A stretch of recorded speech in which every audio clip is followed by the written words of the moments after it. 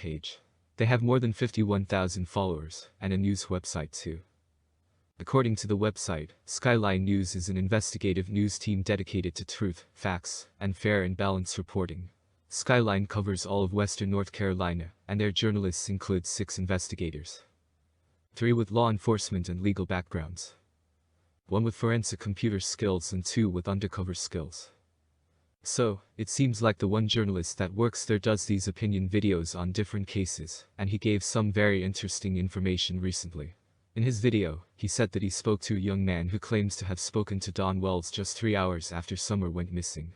Yes, you heard me right, 3 hours after Summer went missing.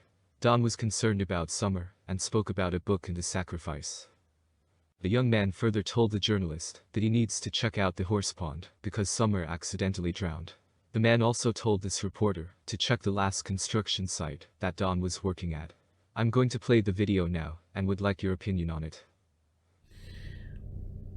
We had the opportunity to meet a young man, and I've got a message for that young man at the end of this here, and I'll share it with you. But that young man had a story to tell, and he told me right out there in his driveway after we were told to go see this person.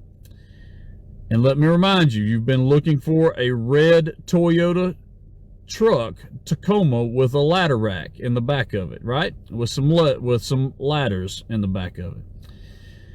We were told to go see this person, and we spoke with this person. And this person said that we should go to the horse pond, and he said that he spoke with Don Wells, which is the father of Summer Wells, approximately 3 hours is what he said, after she was gone missing.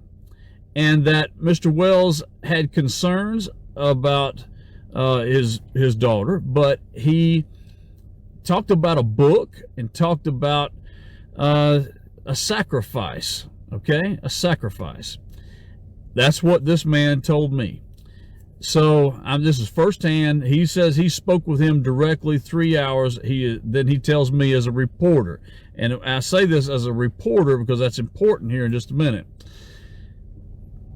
So he goes on and says, you need to go check out the horse pond. And I said, where is the horse pond? He says, it's at Warrior Path. And that is a kind of like a state park kind of thing where families go. They go horseback riding. They go in the lake out there and ride around and swim and so forth like this. But there is a certain area where a lot of families go that is a campsite area. And then there's another area that is a horse area, but other families go there to swim occasionally, okay?